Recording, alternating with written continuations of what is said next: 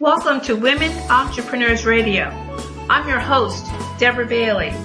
And when I started this show in 2008, I was on a mission to promote women-owned businesses and help women succeed by providing resources and valuable tips from other women and men, small business owners.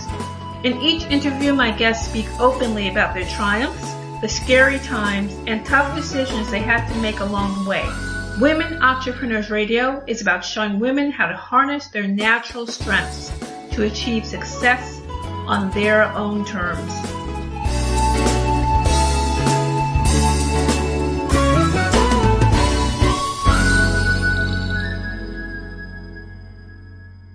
Hi everyone, welcome to Women Entrepreneurs Radio, and I'm your host, Aprille Reed. I'm really glad that you could join me today. And if you're listening to this show on Podomatic, you can also listen to it on iTunes and subscribe to the show there as well. And if you're not sure where that link is, you can go to womenentrepreneursecrets.com and you will see the menu bar, the radio tab. You just click on that and you'll get to the page. It has different links for different places you can listen to the show and you could subscribe. So that's another way to listen. And also some episodes of the show being shared on YouTube and others on LinkedIn. And a lot of the older shows have been moved over to Libsyn. There's a link there as well.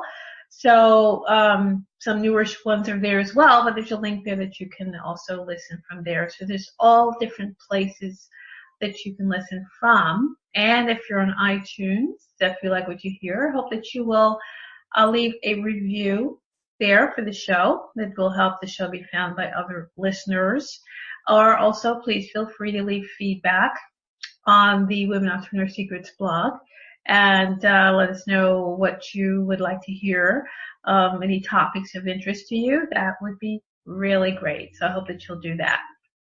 And also, you can visit my website, thebaileycoach.com, and I have some things coming up in online class and other posts that are there right now. So that's a place you can stop by and check out what I'm up to and my books are about and different things that I have there for you. As I said, you can also sign up and you will be getting information in the new year about an online class I'm doing. So that's another way for you to keep up with what I'm up to. So I hope that you will do that as well. So I'm going to introduce my guest for today. And Aprille Reed is a business strategist and webinar funnel architect for ambitious online coaches and consultants who struggle with lack of time and trading dollars for hours.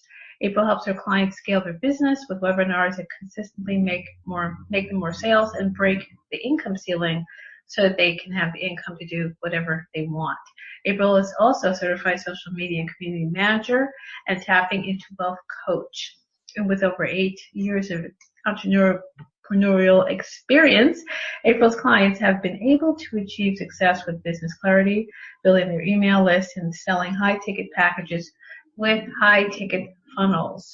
So welcome to the show, Aprille. Really glad to have you here today. Hi, I'm very excited to be on here. Thank you for having me. Certainly. So, we are going to go into a topic, and listeners, we're going to be talking about tips on improving your webinar and what to include in your webinar. So this is, I think, a lot of good stuff that you want to hear today. But before we get started on that, as I usually ask my guests, Aprille, I just, want to have an idea of how you got started as an entrepreneur.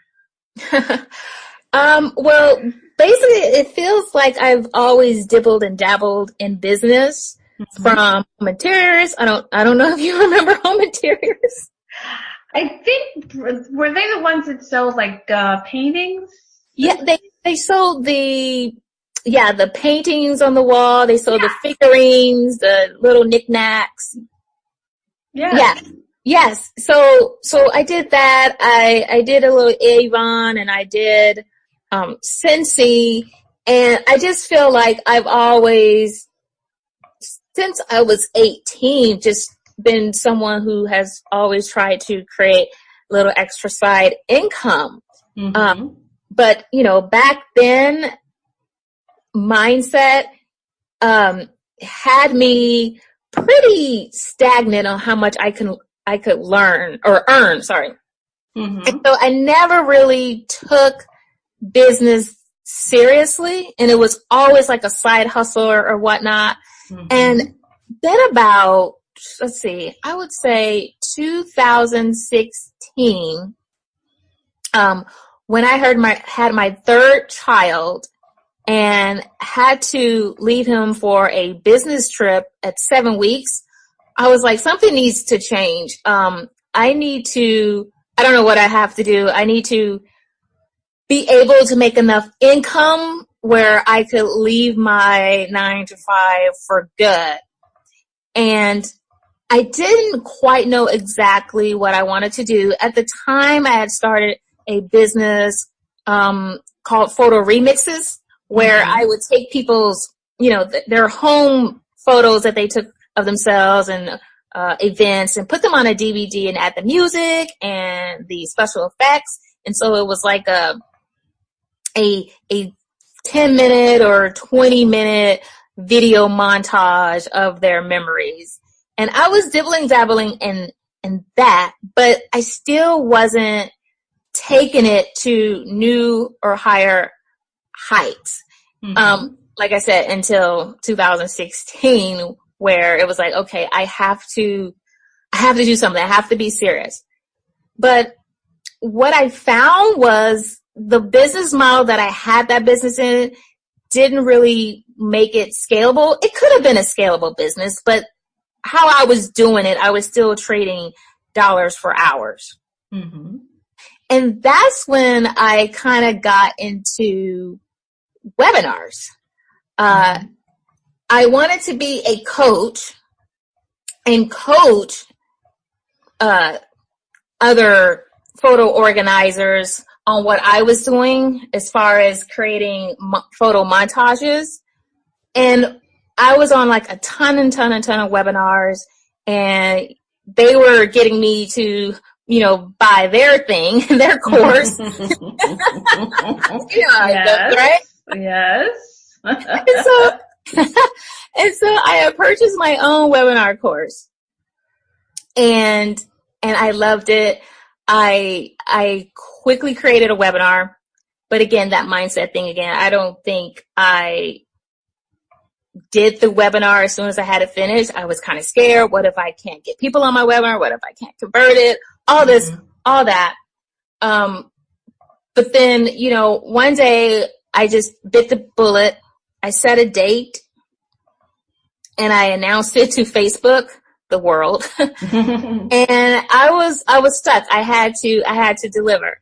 And even though that website, the entire funnel was not finished, I feel that I had amazing results. I didn't convert my client on the very first webinar, but the second time I did it, which was the very next day, I got my first high-end client, and I'm like, whoa, I don't even have a complete funnel here where you have to, have the blog posts up and running and Facebook ads leading to the blog post or the webinar and the email funnels and everything. I did not have everything completed. Even my webinar presentation could have used more work. But the thing I think that worked for me was I did a lot of market research. And so I was able to figure out what people wanted to hear, what they were struggling with, so I could help them. And I think that made all the difference. Matter of fact, I would say that did make all the difference. And so now I teach other people the same strategies that I learned. Now I'm doing a whole lot better. My funnels aren't half done. Right. But I love teaching other coaches to use webinars because I feel that webinars also leverage my time. I don't have to be on Facebook posting 6, 7, 8 times a day and trying to build relationships.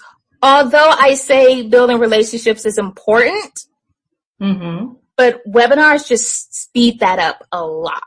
That's very interesting that you found, I guess you found your success without, as you said, you feel like you didn't have all those other things in place with the whole funnel, but you were able to see a result right away in terms of when you did your webinar. So, that really leads us into the topic very well. You said, you did research to find out what people wanted. What are the ways that you did that? What are some things you did to say, well, I'm going to find out what people really want to know about? Yeah, and so I wanted to share 6 tips, but since I kind of talked about market research, that might even be tip number 7. Oh, well, you can start at number 1 if you want. No, we'll make it number 1. Okay. We'll add 1 extra tip, so maybe 6 tips and a bonus.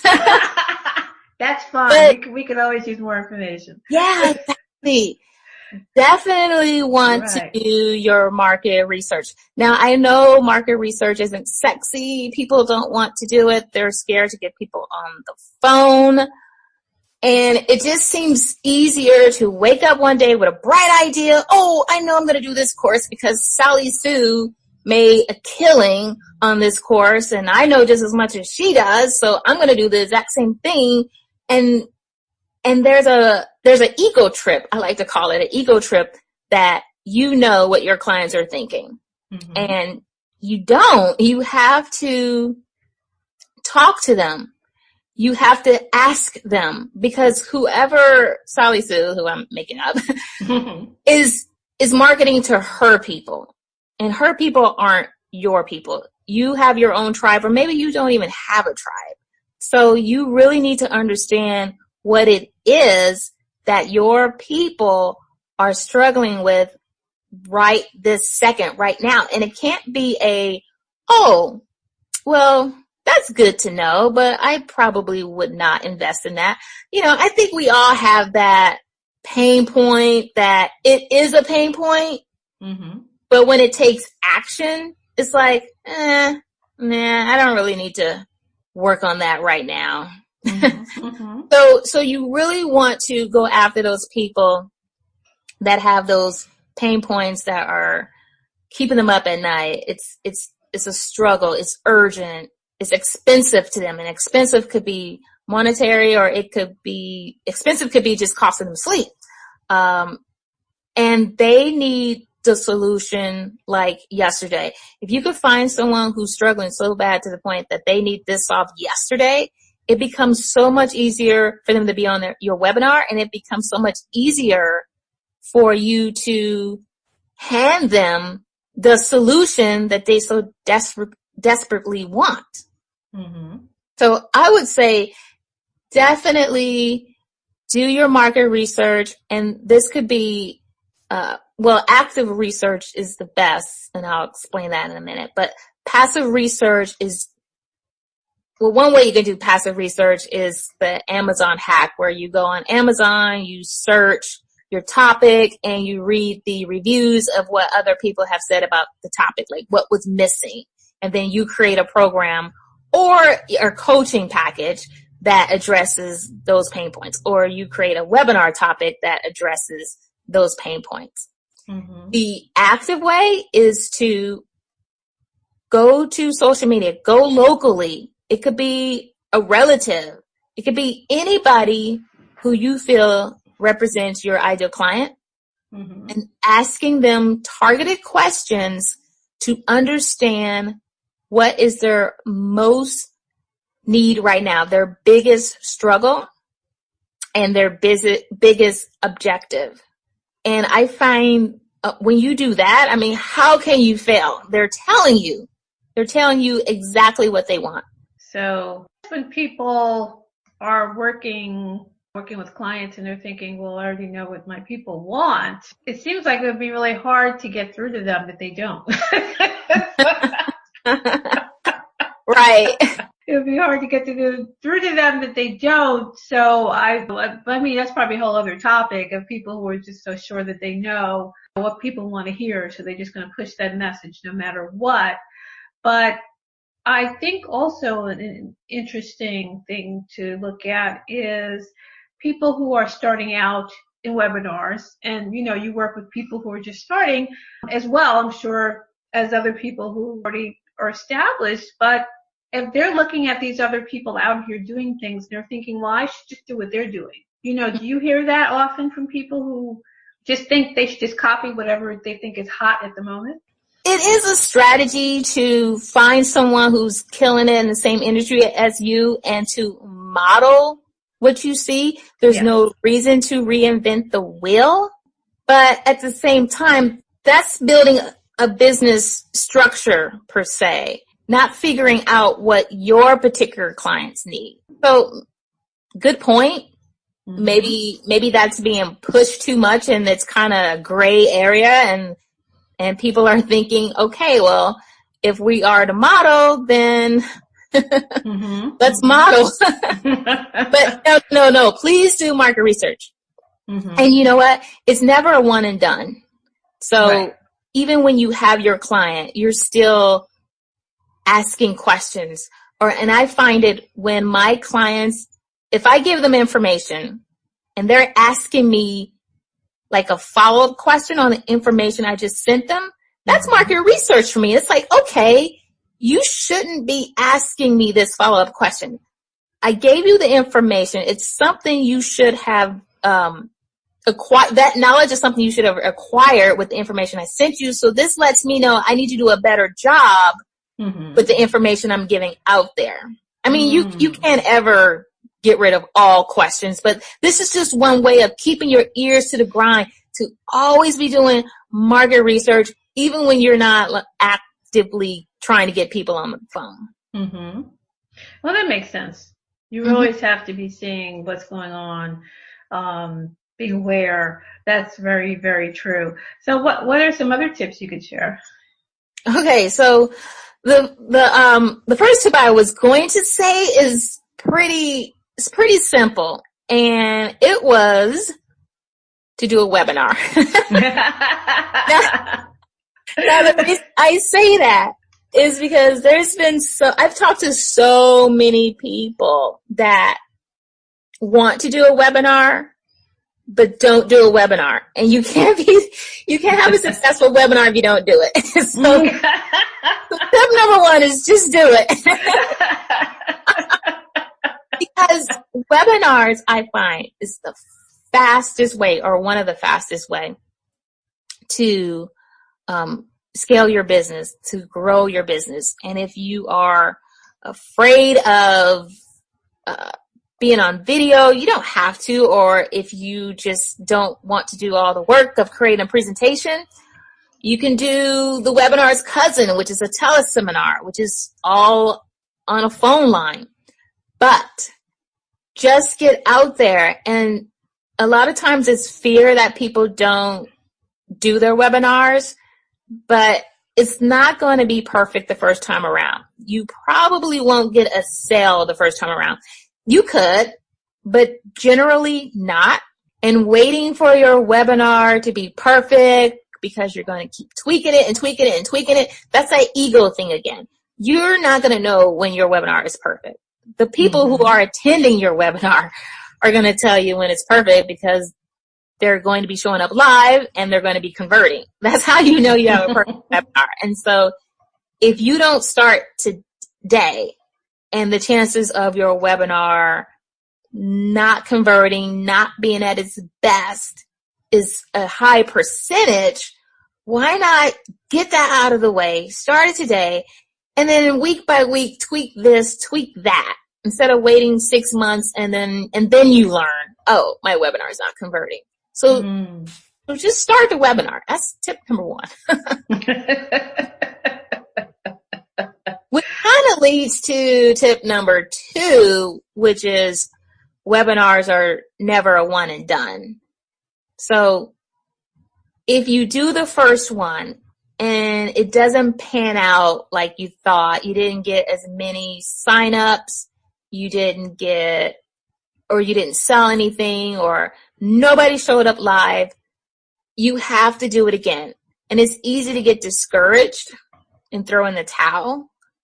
But you have to just keep trying. You have to do it again. I don't know anything really off the top of my head that I did the first time and I was an ace in the hole. I mean, I went to Vegas once and won $200, I guess, beginner's luck.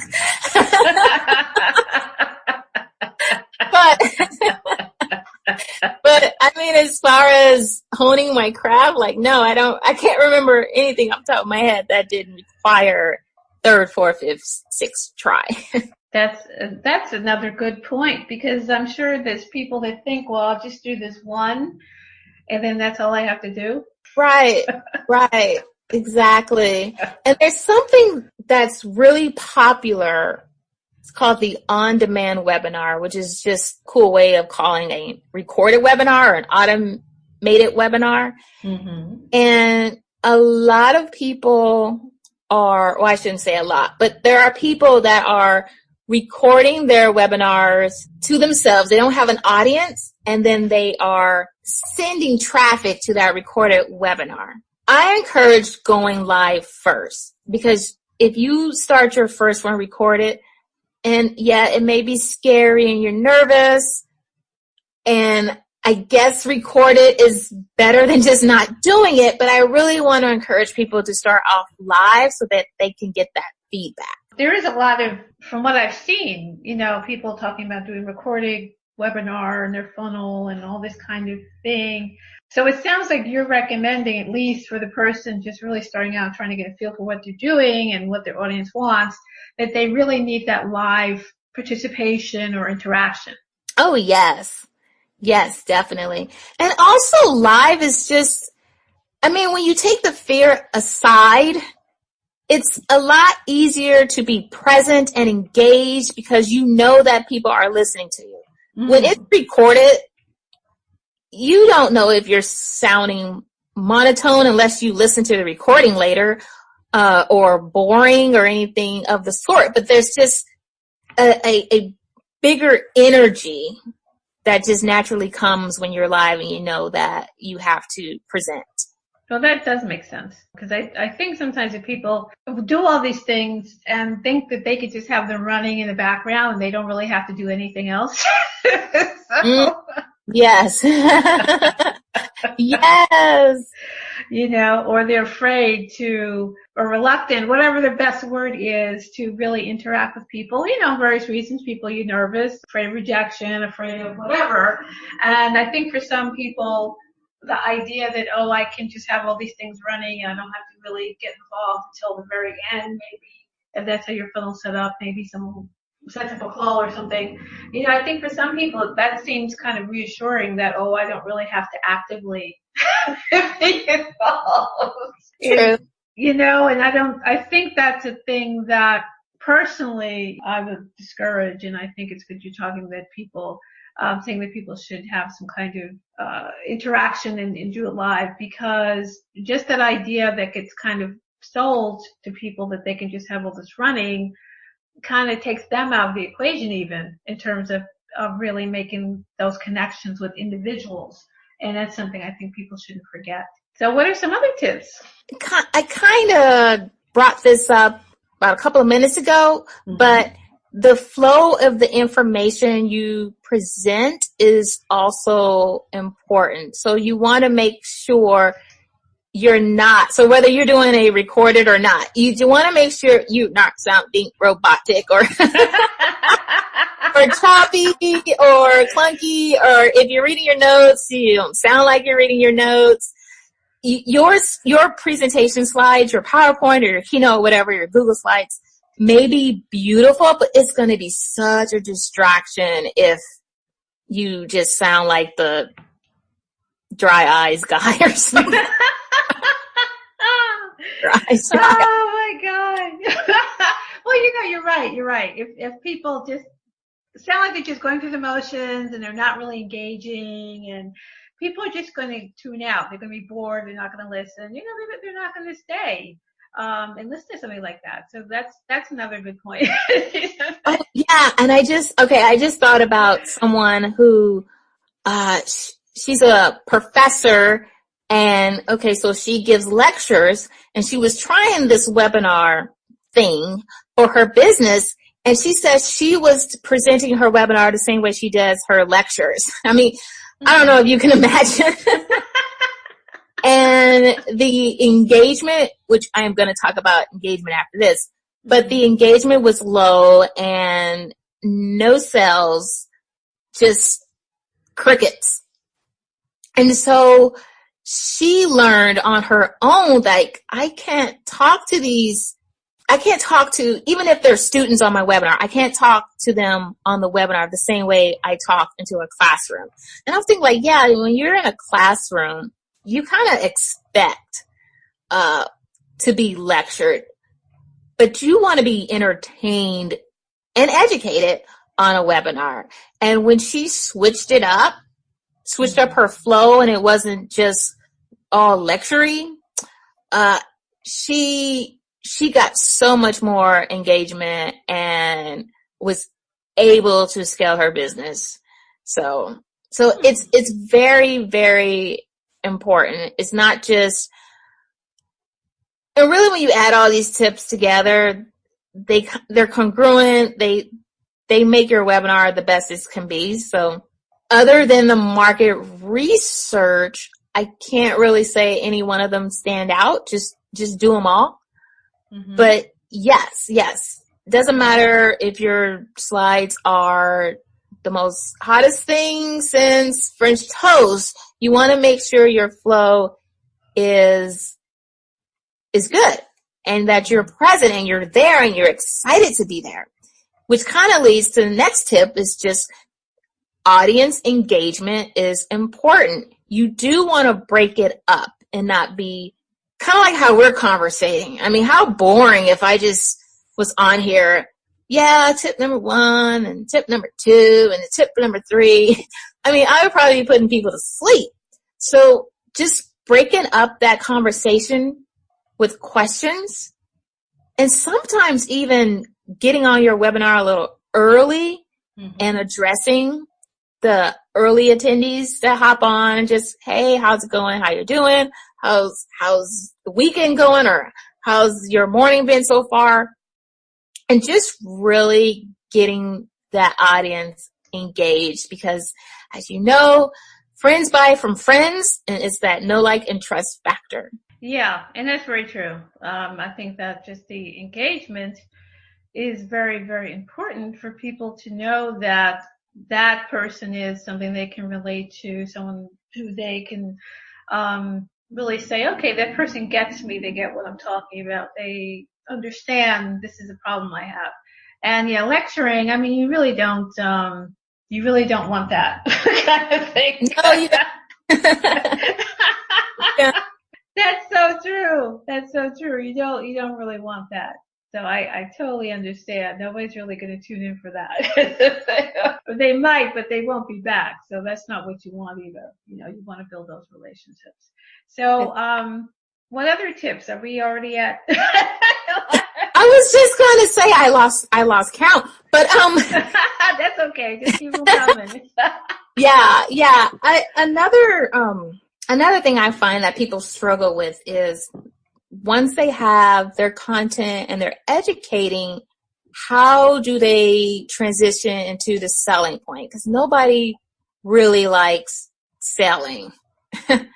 So I find the best way to transition into your pitch at the end is to tell them in the beginning of the webinar that you're going to pitch to them at the end. So you're going to have a slide and it says something like, so I'm going to teach you A, B, and C, but I know that some of you will want to take this step further. I know some of you will want to added support. And so at the end of this webinar, I'm going to show you how you can work with me further. Or at the end of this program, I'm going to introduce you to a course that's going to help you achieve X, Y, and Z. And so then when you get to the end, anybody who's still on the webinar practically has raised their hand to say, hey, okay, pitch to me. What do you got? Mm-hmm. So it takes away that nervousness. It's like, oh, here I go. Here I'm going to try to sell something. I mean, if they're still on the webinar, you've already told them what you're going to do. So they want to hear what you have to offer. And then you're being transparent at the beginning. Yeah. So definitely. And I would say, and this could be my last tip. I would say if you're thinking about, introducing webinars into your marketing mix, to just start simple. I know I said don't do recorded starting out and all this other stuff, but really just starting simple. You don't need to run out there and get GoToWebinar. You don't need to get the finest, fanciest microphone. I mean, when you think about it, your webinar could even be a Facebook Live, though I would still suggest that you create a landing page so you can collect emails. But just start the simplest way. Figure out what people want and then go out there and present it. You don't have to have the fanciest of slides, but don't be boring. Flow is still important. And yeah, I need a laptop or a computer. And then there you go. Maybe not even that, maybe a phone. Well, it's good that you mentioned that as well, because people will think that, I got to go out there and buy all this stuff before I can do anything. So then they may feel like, I can't do it because I don't have all this equipment. I don't know how to use it. I don't know this and that. So I'm glad that you pointed that out. Oh, and you know what? Todd Herman said that procrastination is just fear. So I feel that, don't get me wrong. You want a good software. You want your slides to look good. But if you're stalling because you have to get all these things and you rather sit and not try to make money ASAP because you have to run out and get this stuff, then do like a reality check. Is it really fear? Do you have to have all this stuff, or are you just using it as a crutch because you're too afraid to actually go out there and start your webinar for fear of failure, for fear of rejection, for whatever fear it might be? Yes. And there's a lot of that goes on too, where people just get frozen into not doing what they want to do because they get scared. And that's understandable. You're doing something new and reaching, you don't really know how it's going to come across. So totally understandable. But, you don't want that to stop people from doing what they may start to do, and then they may feel better and more comfortable as they do it, but you just have to make that leap. Right. That's the hardest part, is getting started. Right. Well, Aprille, can you please share where people can find out more about you? Definitely. So they can find me at my website at www.aprilreed.com. And just for the listeners, I'll spell it, but I'm sure you'll have a link. But it's APRILLEREED.com. And I also have a podcast of my own that they can find at www.aprilreed.com/iTunes. So, Aprille, you've shared a lot of wonderful information. I know you've got a busy day ahead, so we're probably going to have to wrap up this wonderful conversation in a little bit. But, I just want to know, you shared some good stuff for people to know when they're starting out. Do you have any final thoughts? I really just want to stress out the market research, because I feel that's the number one hang up why people don't start, is they don't know what their webinar topic is going to be. And market research will help with that. You'll know exactly what your webinar topic is going to be. And hopefully once you have that perfect topic that people have raised their hand and said that they're interested in, that's going to build you the confidence that, hey, I need to go out there and I need to do this, because I know we're in business to make money, but we're really in business to make a difference. And if you are doing your ego trip where you have to be all perfect instead of going out there and helping people that have said, I need help, well, that's just a disservice when you think about it. So people need you. People need the information that you have. and please get it out there to them. Yeah. Yeah, that's good stuff, because then anybody who feels kind of nervous about going forward, they can understand that, that's normal, but they should really get out there. And, you have services and things that people can find out about and how they can really learn how to take the good steps to get out there with their information, share it with everyone. So I think this is just perfect stuff to share, Aprille. I'm so glad that you could take the time out of your day to share this with us and, really let people know that they have these opportunities with this technology that, it's been out for a while, of course. It's not new, but I think it's being used in new ways now. And I think that's really good stuff that gives people a lot of access. And as you said, they don't really have to have expensive equipment, which is even better. Exactly. Exactly. Right. And that's what I think some people may have thought. I've thought that, to do a lot of these things, you may need to spend a lot of money, but it's good to know that that's not the case and that they can get started. And certainly. Just being careful. Maybe they get a affiliate with these equipment. So and like I said, you definitely want to lead in that direction, because you do want to perfect your webinar, but just starting out, no. Right. So don't let that stop you from making a start, because you're thinking that I didn't have to make these investments first, and then you never get started. Right. Definitely don't do that, and definitely check in with Aprille so you can get more information about this. Thank you. Definitely. Well, thank you so much for joining me, Aprille. This has really been very, very informative and very timely. This is good stuff for people to know. Thank you so much for joining me today. Thank you. I loved it here. Thank you. So did I. So thanks again. All right. Everybody, I know you enjoyed it. This is good stuff. And I know you hear about webinars and things, and you want to know this is something you should do, and how do you get started? What's the right tools?